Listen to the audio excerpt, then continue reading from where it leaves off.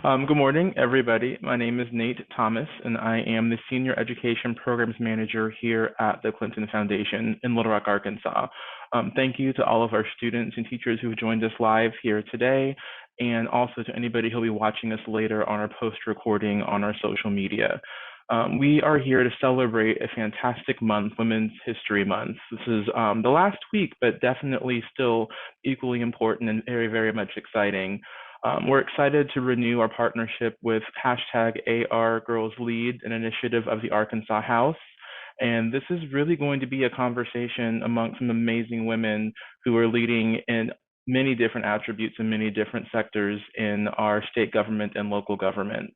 I would like to give a quick bio of our panelists here today and then show you everybody a quick video about the great initiative AR Girls Lead. With us this morning, good morning, Representative Dalby and Representative Scott. Thank you so much for being here. Just a quick bio on Representative Jamie Scott.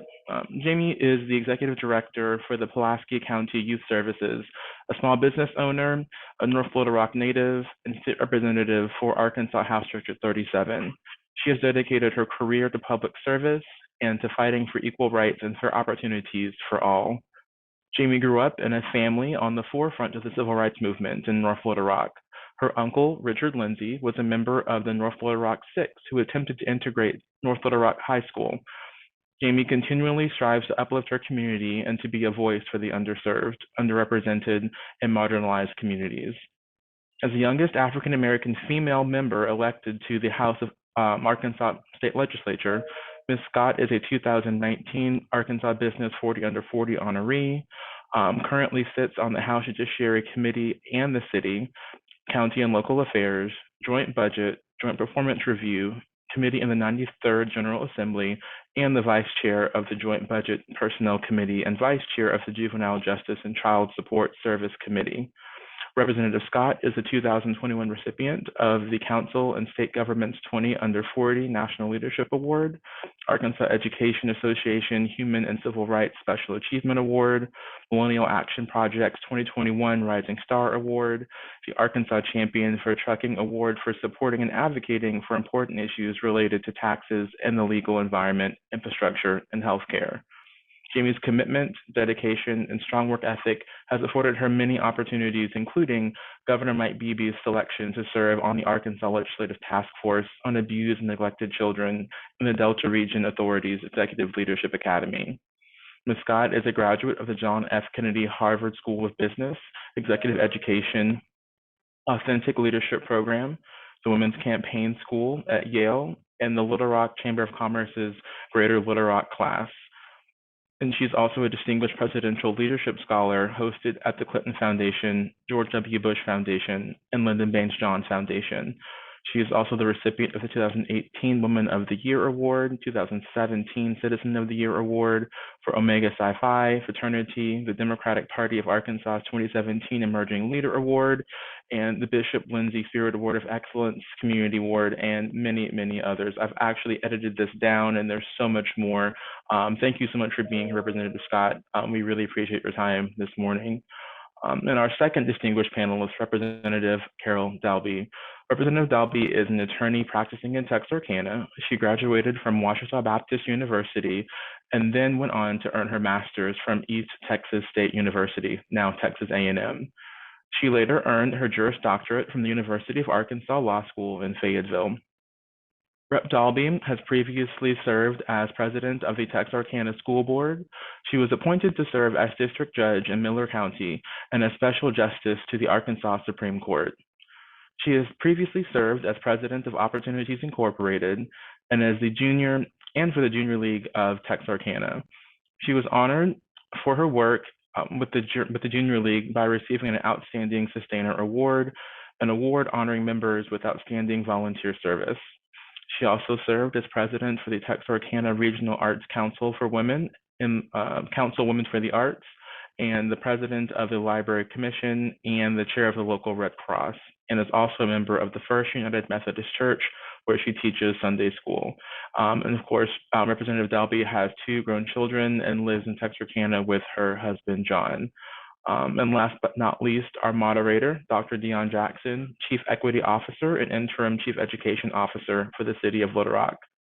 Dr. Dionne Jackson serves as the Chief Equity Officer and Interim Chief Education Officer for the City of Little Rock. Prior to these roles, she worked in the field of education for 25 years. Her experiences in the field include serving as public school teacher, professor, and higher education and nonprofit executive. While working in higher education, she served as the inaugural Chief Diversity Officer at Hendrix College.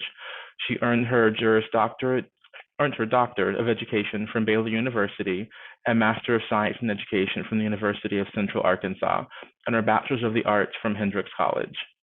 She is a co-founder of the Arkansas DEI Network, a board member of the Oscar Washington Junior Educational Fund, the board chair for the Hall High Alumni Association, and an alumna of the Leadership Greater Little Rock class.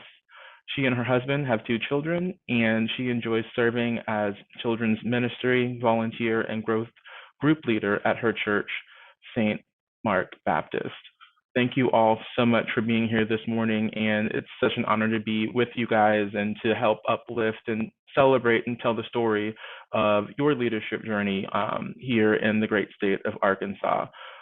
We're going to show a quick video of AR Girls Lead to help ground us in the organization before our conversation this morning, and then Dr. Jackson will hand it over to you to get our conversation started.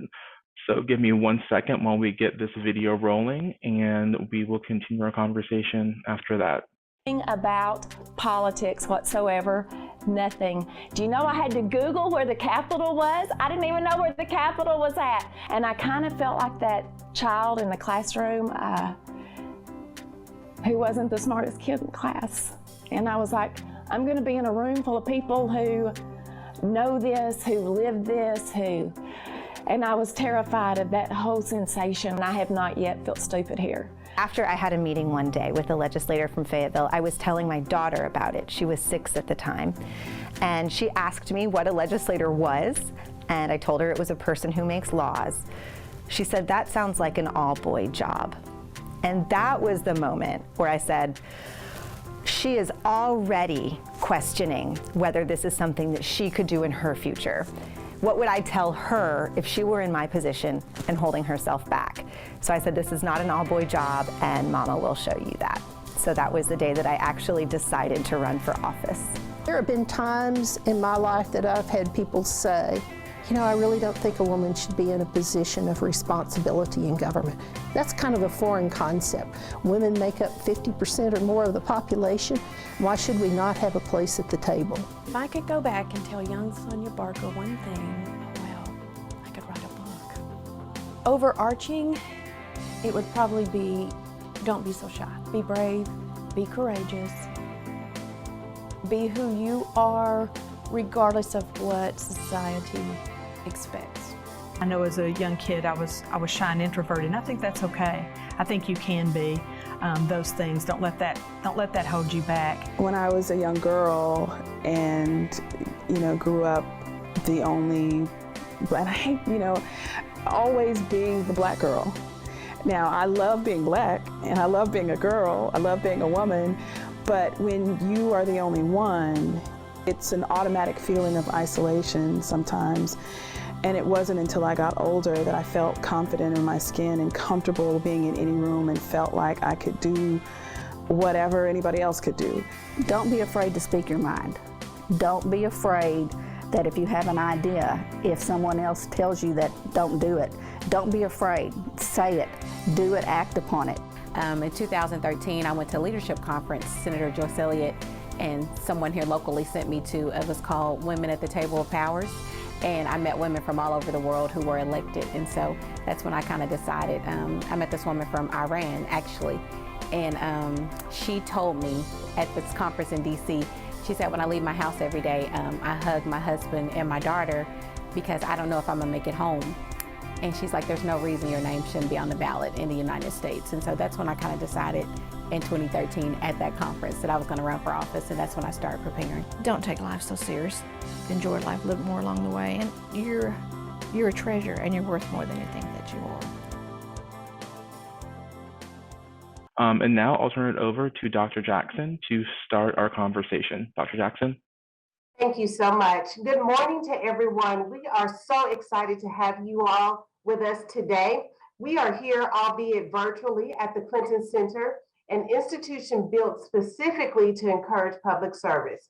In talking about his center, President Clinton said, if you take a single message from your visit here, I hope it is that public service is a noble calling and doing the people's business is a solemn trust. I wholeheartedly agree with that statement, and I'm honored to have served the people of Little Rock as a public school teacher, and currently in my role as a public school teacher for the Little Rock School District, and currently in my role as Chief Equity Officer and Interim Chief Education Officer for the City of Little Rock. I want to extend my heartfelt thanks to Representatives Dalby and Scott for their service and leadership. We truly appreciate you two women. Thank you both for joining us here today to help inspire our next generation of public servants. Representative Dalby and Scott, I'm going to just pitch it off with a question that you're probably asked often. When did you know you wanted to run for office? If you don't mind sharing with us when you knew and maybe how you knew.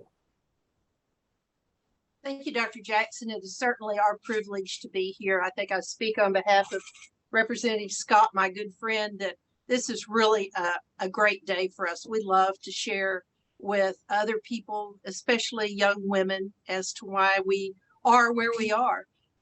In answer to your question, I'm not sure that I can point to a specific time, but I can point to my family. My mother and dad, as well as I believe their parents did the same, they believed that wherever you are, you have an obligation to give back to your community, to volunteer, to do those things that make your community a better place to live and to work and to prepare it for the next generation. And so both of my parents were always involved. My father had been on the school board. My mother was active in PTA. You know, that was back really a time when women didn't run for office. But, you know, they instilled in me the importance of giving back. And so when you ask, when did I decide to run for office? It was always in the back of my mind, but it was important to my husband and to me that we got our children raised to the point that we felt that they, you know, my time wouldn't be taken away from them because I worked as an attorney and was always busy doing that. I had the opportunity to serve on the Texarkana, Arkansas School Board. I was actually appointed to finish out a term, and then I had to run for the other terms that I was on the school board. And when I decided to run for the House of Representatives, a good friend of mine, Representative Chrissy Hickerson, served right before me, and she was retiring from the House. And I thought, this is a good time to step up, because if we don't step up in our democracy and run for offices, then we get who else runs. Not that I'm the brightest light in the chandelier, as they often would say, but you know, you have to at some point say, why not me? I want to give something back, not only to my community, but at the level that Representative Scott and I serve on. We want to give back to our state. We want to make our state a better place. And so I think the answer specifically for me is it was kind of a lifelong training. And Wonderful. It came to the point that it was time to step up or to be quiet. Thank you. How about you, Representative Scott? I think Hillary Clinton's first presidential race was, what year? 2007. I was sent to Iowa. It was the very first campaign I ever worked on, and it was a presidential race. And I went to so many different states. It was an amazing experience. I think after I did Iowa, they sent me to South Carolina. Then they sent me to maybe Ohio. I was in North Carolina. So I was in a lot of the battleground states. So I learned campaigning at a different level, a way more intensified level. And then when I moved back home, I started a consulting company. So I did a lot of working behind the scenes to support good candidates that I believed in.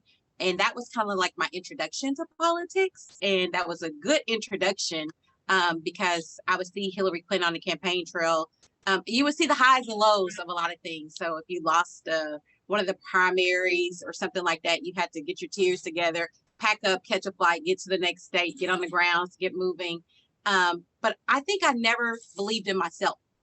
I always believed in trying to help someone else carry out their vision and their mission. And it was so important to me to put my all into their races. But I never still thought that I was capable of doing this work. But that experience was so great for me because it just taught me a lot. It taught me that candidates and elected officials really are people.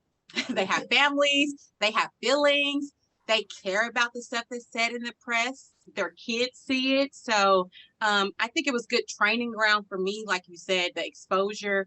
And it eventually led me to that aha moment where I decided I was going to run for office. But that was kind of my introduction to politics.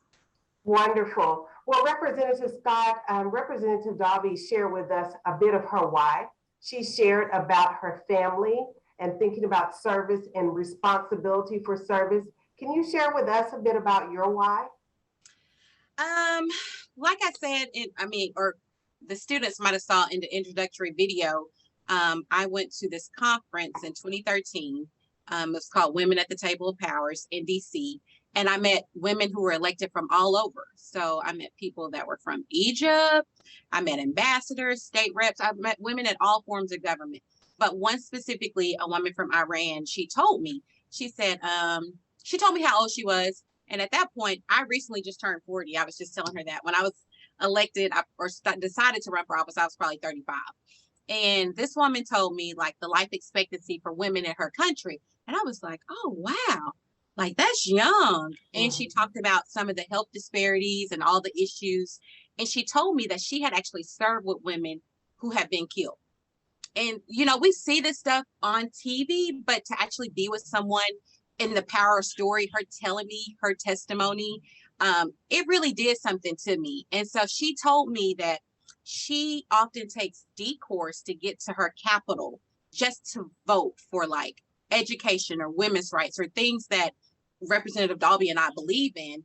But I live like 3 miles away from the Capitol right now, so I knew that what I take for granted in this country, someone else is offering up a greater sacrifice to fight for those things that I care about as well. And so I was like, if I really care about these issues, I'll step up to the plate and I can do it. And that was probably like the moment that I decided to run for office. But I'm just a public servant at heart. I work with kids every day. A lot of the legislation that I work on is kind of because of kids that I know or issues that I see in systems. And so President Clinton, I went through the Presidential Leadership Scholars Program, and he would talk to us about signing up every day to win for someone. He said, if you decide to run for office, Jamie, you have to sign up every day to win for someone other than yourself. And so that's kind of my why. And that looks different in public service to me. I'm pretty sure you'll get to that, but my why looks different. Sounds good. Thank you so much. Well, I would love to have the opportunity, Representative Dalby, for you to speak a bit about risk and failure. I'm sure there might have been a time in your work in the House of Representatives where you felt like the work was too risky, or you thought, what if I fail? Can you talk to us about any of those moments you might have had and how you pushed through those? Oh, sure, certainly. I would even go back to my college days. One of the races that I ran for was the student government vice president in our student government and undergraduate school, and I lost by 5 votes. I'll never forget, I lost by 5 votes, but it didn't stop me from trying again the next year. And so those types of things, I think you build on them because we all are going to have wins and losses in our life, whether it's running for an office or whether it's presenting a bill or what have you. We have those wins and losses in life that you learn to build on so that you know how to get through the next one. When I was a freshman in the House of Representatives, the first bill that I ran, and it was in a committee, state agencies, and I was really passionate about it. I thought I had my votes. I thought everything was going well. And I realized in the questioning that it was not going to get through. So I pulled that bill down. It took me 3 times before that committee, amending my bill, working on my bill before I ever got through. And I think what I learned from that as a freshman representative a number of years ago was that people will see your bills and those that you're working, the things that you're working on in a different light from what you bring to the conversation. And it's important to listen, and it's important to hear what the other representatives, committee members have to say about that bill, so that you, and don't be so welded to it that you're not willing to pull it down, work on it, and find a compromise. And I think when you look at the bills that we bring, if we look at them in that way, that we're not married to them, that we have to look at what's really the best interest. Maybe somebody's brought something to the table that I hadn't thought of. And that happened in that very first bill. It took me 3 times, like I said, to get it out of committee. And I think when you're working in the House of Representatives, I think Representative Scott would agree with me that we'll have these great ideas, may be great for our area, but maybe it's affecting another area different that we haven't considered. So I think when you're working through those issues, those challenges, you've got to be willing to step back, whether it's getting a bill through the House of Representatives and through the Senate, or if it's another avenue in your life, be willing to step back and to look at, how can I make this better? How can I get to the point that I want it to be? Maybe it's not exactly the way I thought it should be, but it's a step forward. And sometimes that's the important thing. And that's what you have to realize is most people that we work with, I say, all the people we work with, they just want the best for the state of Arkansas. We get to it sometimes in a different way or a different manner, but I don't hold it personally. And hopefully they don't hold it personally against me as to how we get there. Thank you so much. How about you, Representative Scott? I think something that comes to mind of the first bill I think I worked on my freshman year, I can't remember now. I think they aged me so much in the process of being in here. But I worked on a bill that was like a no-brainer to me. But like Representative Dalby said, I had to get the buy-in, obviously, of the committee members, and they just weren't seeing what I was seeing. And so it was a bill about creating a liaison at our post-secondary institutions around the state so that we could provide a liaison for foster care students. So students who had aged out of foster care and they were in college at the secondary level, community college, or a 4-year institution. So I thought, because I've worked on, prior to coming to my current job as the director of youth services, I worked at Arkansas Baptist and I was the director of Upward Bound. And so I prepared a lot of first generation low income students for post-secondary education. And so I saw students who were obviously homeless. And I don't think a lot of people know that there's some homelessness that college kids experience. And I saw kids that were in the foster care that had recently aged out the foster care system, and they were in higher ed and they just struggled a little. And so I was a first generation college student. I struggled because I was first generation. And so to me, the barriers added to someone who's coming from foster care or that's homeless, that's a lot of more challenges. So I wanted a liaison at the colleges to help these kids. I knew it was probably a very small percentage, that we were talking about, but I couldn't get the votes to get it out of committee. And I was devastated. I was crying and, but I had to handle, it mattered how I handled defeat.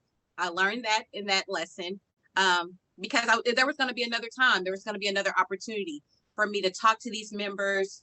I think eventually I was able to talk to the governor's office, and there were some more, the next session, there were some more people kind of advocating around some other issues that tied to this issue. And so I was able to get the bill passed the second session, but, it mattered how I handled defeat in that moment. And I think it always matters down here because there's always another day, there's always another bill. Committee meetings are really small. You always need a motion to get a bill out of committee, and you never know who that individual is going to be. So how I handle defeat could mean the success of another bill that I really care about for my community. So that was, sorry for such a long answer, but that's how Well, and I want to pick up, if I can, pick up on something Representative Scott said. There is always another day. You know, this day is going to end. And I think anytime you deal with defeat, you have to learn from it. We've all had to learn from defeat. You have to learn from it, but you have to learn to also set aside that day, because the next day it's a new day to start over and to accept those challenges and to accept those lessons that you've learned and put them into play the next day, because this day is over and we get another day, hopefully tomorrow, that we get to start in. And I think that's an important thing to remember in the business that we're in, is there's another day to live and fight another battle. Yes, thank you for adding that. Well, I'm excited because we have a student who's posed a question. So I'd like to ask you that student question. The student has asked, why aren't there more women in government? What can we as students do to change that? I'll be happy to try, and then you join in. Right. I think there are probably I think there are a number of reasons that there are not more women in government. A lot of times we've not seen ourselves in those positions. We've not had a lot of role models in those positions. But when it comes right down to it, who's raising the families? A lot of times it's left upon the woman, whether they're married or a single mom or what have you. And it's a time issue. Now, fortunately, Representative Scott lives 3 miles away. I live 2.5 hours away. And I had to make that. I didn't decide to run for an office that was going to take me away from Texarkana until after my children were able to take care of themselves and, you know, drive and off at college and those kinds of things. Because as great as my husband is, he's not just real good at, you know, doing the homework and making sure everything gets done at home sometimes. And so I think, you know, you have family obligations. We have had a lack of role models. And I think for us, I think it's getting better. But even now, as long as 15 years ago, maybe 10 to 15 years ago, the House of Representatives didn't have a dedicated restroom for women. There weren't that many women here. So there was a restroom, but it wasn't like the one that we have now. I mean, that sounds rather silly, but you know, it takes time. And I think as the more people see women and accept women, then the more we'll see run. But I have had, even when I was running a number of years ago, a woman that I thought, well, and she is a good friend, but she said to me, I don't think women should be in those positions. So we have still some of that out there. Doesn't mean that we're not capable, and it doesn't mean that you shouldn't try, because I think Representative Scott and I are both sitting here because we're willing to say it doesn't matter what somebody else views a woman's position in or as. We see it as we have a place at the table because 50% or more of the population is women. Why should we not be here to bring that perspective to the institution? Thank you for that. I agree with everything Representative Dalby said. Also, women aren't asked at the same rate that I think men are asked. I think women, we're servants. We naturally just take care of people, our community. You have aging parents, so you have a lot of other responsibilities. And I think women prioritize those responsibilities. Also, the women that I do serve with, and I might be biased, they're like oftentimes some of the most prepared individuals on the issues. I think we have to check off a lot of boxes, and it might just be internally, of a lot of things that we want to have accomplished before we run for office. Men just wake up and roll out of bed and come down here and vow. And women think we have to have all this stuff in line before we can do it.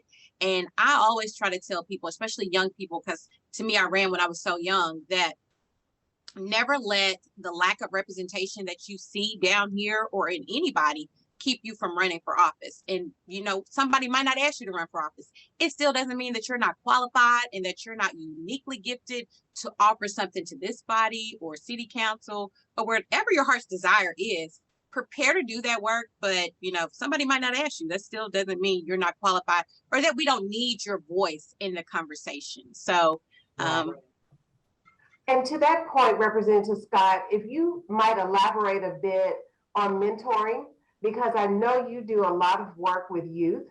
Can you talk about the importance of mentoring, and even as an adult, who you might have as role models or mentors that help you along the way? Well, my mentor probably for the past 12 years has been Senator Joyce Elliott. I met her because I really couldn't find a mentor. I had just moved back from Hillary Clinton's presidential race, and I wanted to get involved locally. And I just went up to her and asked her, because I'll ask for anything. That's just who I am. I was somewhere and somebody recently told me, you're not asking for enough if they're not saying no. So I was like, you're right. So you got to ask. You got to ask for opportunities. You got to ask women to mentor you. Some people think we have a lot on our plates and that we won't do stuff, but we'll make the time. I think women will make the time because we know how important it is to get other women, you know, in the pipeline. But Senator Joyce Elliott, I volunteered on her congressional race when she ran in 2010, and that's how I met her. And after that, she knew that I wanted to learn more in politics. So she ran for state Senate re-election in 2012. She asked her campaign manager at that time to step aside and allow me to be campaign manager so that I could learn just hands-on experience. And that was game-changing for me, that she believed in me, but that she also surrounded me with the support for me to be successful and to learn and to develop my skills. And I think because of that mentorship and that friendship that we have, because I still can't believe she's my colleague to this day, that my mentor is my colleague and I'm serving with her. But I think she's helped me develop my gifts to where I've helped several more candidates, if that makes sense. I've helped several more women that I believed in. If it was a judicial race, a Supreme Court race, a local Senate and state race, those skills that I learned from her race and Hillary Clinton's race. So I've worked with a lot of women. I support a lot of women. Right. It's just helped me put other people in office, if that makes sense. So I'm big on mentoring. I do my best to mentor people who are serious and who want the feedback and who want exposure, because all that stuff matters. I've been through leadership everything. Seriously, leadership everything. Trying to be prepared. But she made sure I had those opportunities and that those programs were on my radar. And some things we just don't know about. So you have to get in circles and you have to get connected to somebody who believes in you more than you believe in yourself, who sees the potential in you that you don't see in yourself yet. And somebody who can pull that out and cultivate that in you. And so that's why I'm a big advocate of mentoring, and I'm grateful for my mentor. And I'm so glad that you mentioned the importance of asking. I think it wasn't until I was way into adulthood I realized that you can ask someone to be your mentor. And there has never been someone I've approached and said, will you mentor me? And they've said no. And so I want the students to hear that. You know, sometimes it's that very first step. Representative Dalby, same question for you. Well, you know, I'm a little bit different in generational age than Representative Scott.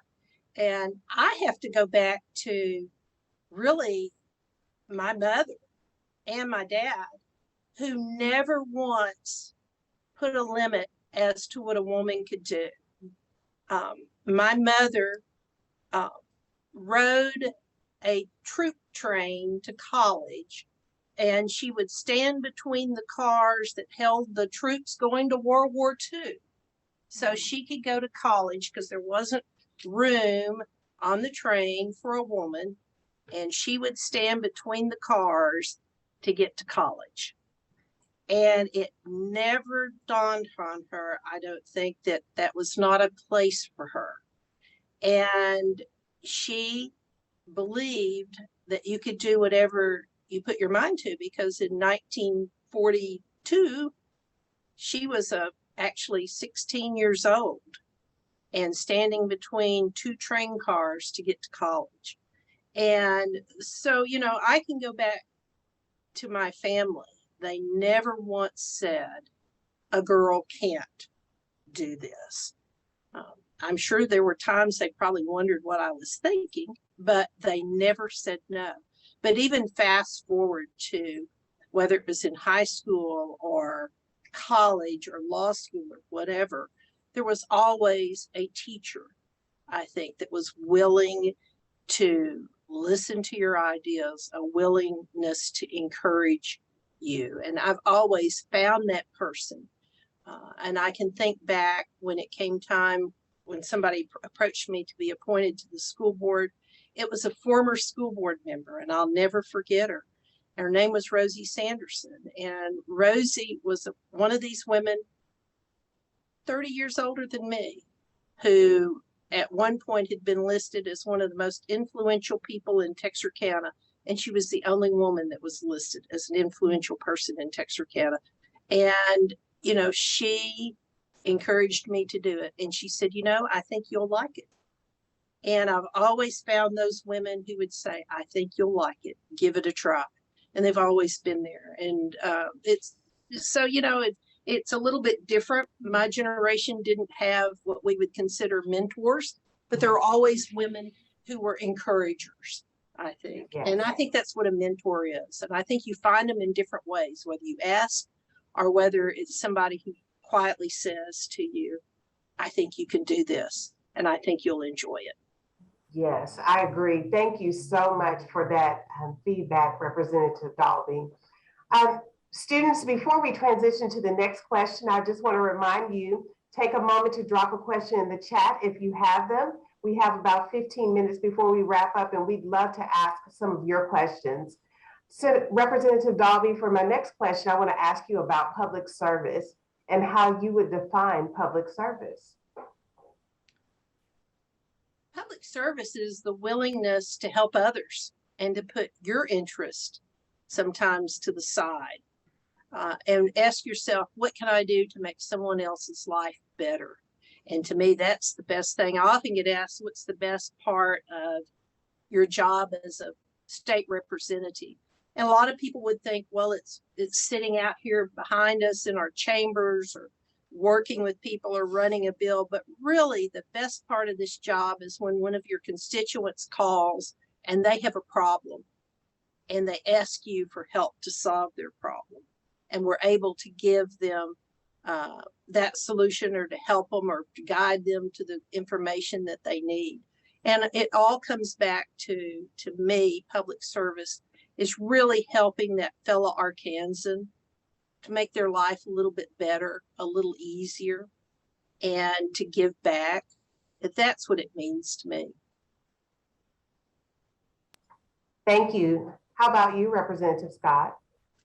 I think similar. When I lean into President Clinton telling us that, you know, if you decide to run for office, you have to sign up to win for somebody every day. And what does winning look like for my constituents and for my community? So we're just kind of coming out of COVID. Winning to me and serving them might have looked like getting a vaccination clinic set up or getting a COVID testing site set up, or it might look like me providing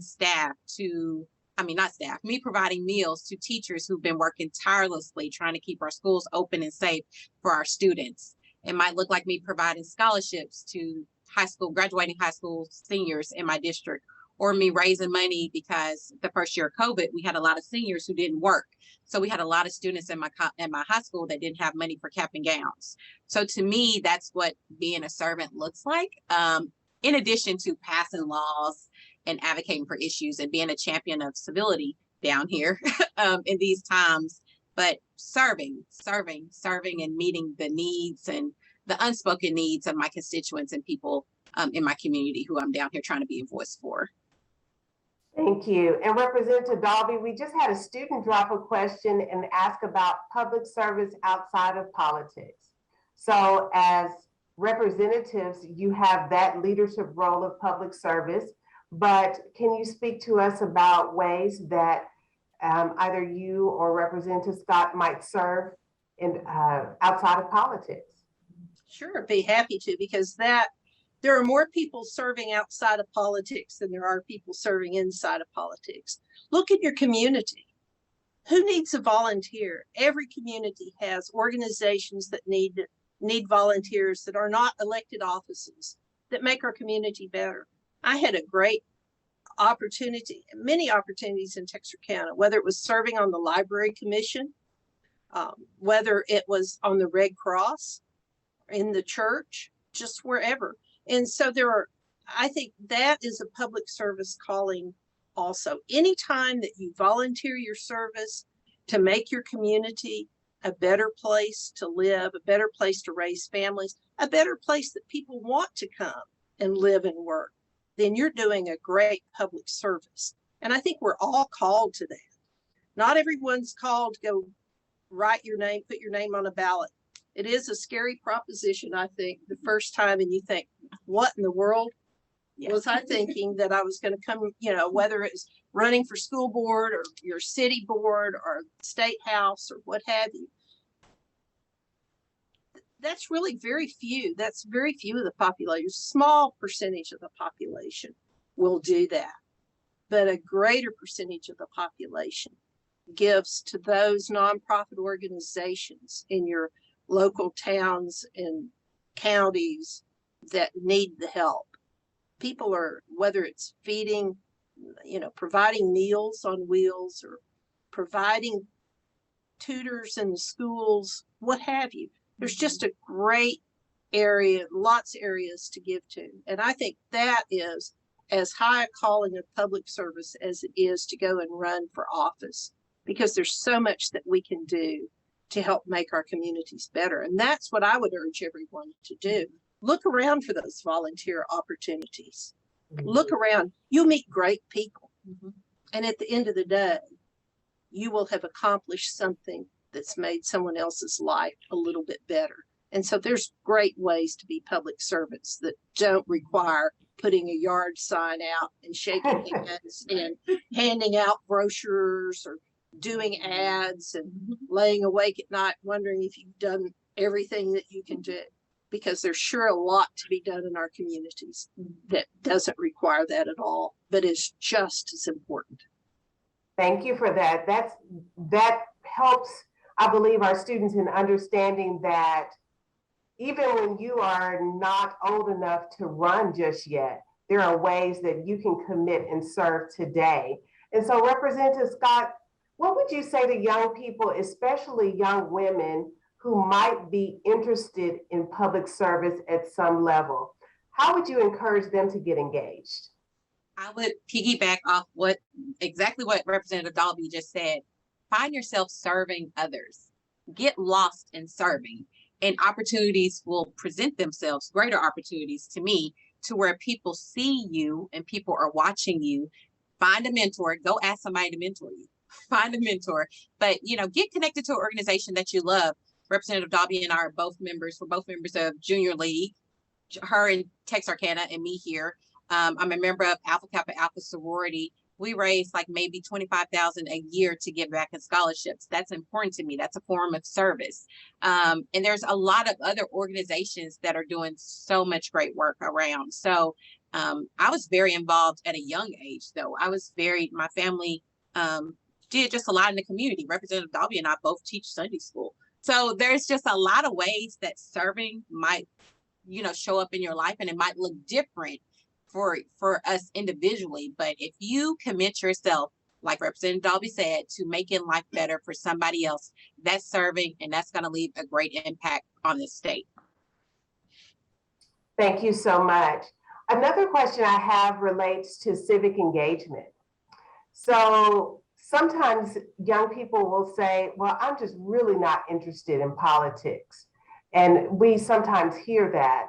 What are your thoughts when you hear that, and how do you encourage them to be civically engaged? This is me. Yeah, go for it. Oh, okay. You should be concerned about policy and the things that are going on. If you're not, because we pass bills every day that impact every Arkansan in the state. And so we have to stop being so disconnected from the process. And I think it's important that young people be more educated on the issues and what's going on around us, because your voice is important and your voice matters. Some of the most powerful testimony I've ever heard change the hearts and minds of my colleagues was probably, was it my first term or my second term? There was a DACA bill. The DACA bill. Been your second. It probably was my second. And this was a bill where we were trying to make it official in the state to where were we amending the Constitution? Well, we were doing something to where the nurses were going to be able to, were they going to get free school? They were going to be able to be licensed. And so we had a lot of testimony from, that was my first term. Okay. We had a lot of testimony from Northwest Arkansas, right? That came down. We had a lot of Hispanic students and a lot of people from a lot of different communities that were being allies on the issue and advocating and speaking. But to me, just being a freshman, I didn't really know, I'm learning so much in the process. I believe, because I sat in that committee and I wasn't on that committee, but I love education. So I sit in some of the committees that I'm not on just to see what's going on, learn the process. I saw the hearts and minds of my colleagues changed by the testimonies of the youth. So to me, as a young person, you have such a powerful voice that you can change and impact policies and things that are going on in the state for the greater by showing up and lending your voice and being courageous. Because I'm telling you, I don't think the sponsor of that bill had the votes when she went to present that bill. Like what she was saying, when you're presenting bills, and by the line of questioning if you got the if you got the votes or not. But I saw young people change the hearts and minds of my colleagues, and I saw a better Arkansas because they did that, and the impact that bill has had on the state has been tremendous. So don't ever think that your voice is not important. You are powerful, and like I said earlier, you are uniquely gifted, and we need to hear your perspective on things.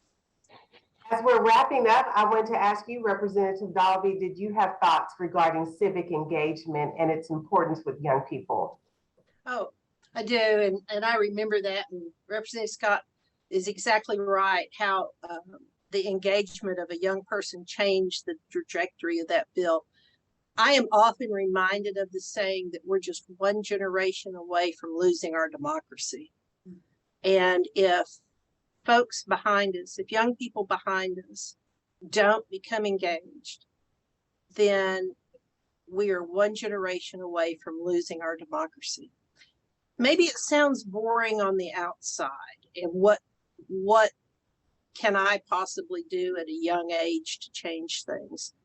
And I think that exactly what Representative Scott said, become engaged, pay attention to what's going on. Be vocal. If you don't like what's going on, be the agent of change to make it better and to help what you think should be the right. That's what makes our country, our state so great, is that we have opposing views and that we have a place to come to have that discourse. And if people are no longer interested in having that discourse, then there's only going to be one voice that's heard, and that's going to be the one voice that will change or do things. And so it's important that you understand how our democracy works. It's important to, even on a very local level, whether it's at a school board or a city council meeting or a quorum court meeting on the county level, or even if it's just in your church or in a civic organization, it's important to become engaged, because those lessons you learn there always translate to a bigger stage.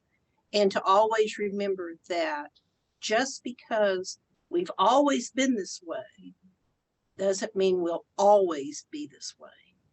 And so we must, I think it's incumbent on us as citizens, as Arkansans, as North Little Rockians, or Texarkanians, just wherever, that we are engaged, that we know what's going on, and that we don't just ignore what's happening on our local level or our state level. Because if we don't, become engaged, we will lose what we have. Thank you so much for that. Before we pitch it over to Nate with our program closing, I did want to ask you all, are there opportunities for students to physically engage at the Capitol? And if so, are there ways that they can be involved and learn that information so that they could have that information to share, especially our girls that we are fostering leadership in? There are a number of ways, actually, Dr. Jackson, that each of us in the legislature are allowed, I think it's 5 pages per session. And we didn't have pages this last session because of COVID, and we couldn't bring extra people in. But we do have a page program, and that's anyone 12 and older can come and spend the day at the Capitol and then page within the respective House or Senate and learn the process there, actually be on the floor to run errands for us. But they have a whole day program that they learn about that. Then older, and I believe it's 18 and up, it could be 20, but I'm not quite sure exactly that. Many of our state agencies have intern programs, and they can intern. The governor has the governor all the way down through a state agency has intern programs for the summer. And some of them, even if you're in college or later, go through the school year, but particularly in the summertime. And those are always available. In fact, that application is open now for the internship programs throughout the state government. So that's a great way to get involved. And then just exactly what Representative Scott said, if you're involved at a level, whether it's in school or in a community organization, you have the opportunity to come and testify before a committee too. We're one of the few states in the nation that allows anybody to come to our committee meetings and sign up and speak on the bill that's being presented.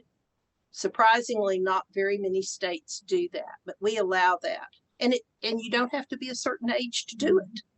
You have to just come and sign up saying you want to speak. So there are a number of ways in state government that you can get involved, but it also goes back, all politics are local. Get involved locally. Yes. So that you can then impact statewide, nationwide, and globally. Thank you for that information. And students, I hope that you've taken note of that. I don't want Representative Scott or Representative Dalby to ever go without a page. I'm going to be on record for saying that. Thank you all so much for your time. I'm going to turn it over to Nate Thomas. Thank you so much. And thank you all, Representative Scott, Representative Dalby, and Dr. Jackson for being with us today. This program has been so inspiring, and this program will be posted on our social media pages as well for students to watch after this program. So we thank you for your insight, for your service, for your conversation, and for all of our students that are watching, definitely take note of what's happening in front of you on these screens. And as Dr. Jackson said, President Clinton is the reason that we're here in this room. The Presidential Center was built for you. And for any teachers here that have been watching or want to visit the Clinton Center, it's free. So definitely let us know how we can support you, how we can help create the next generation of leaders. And I hope to visit with everybody in person soon, and wish everybody a great morning and great day. Thank you all for being here.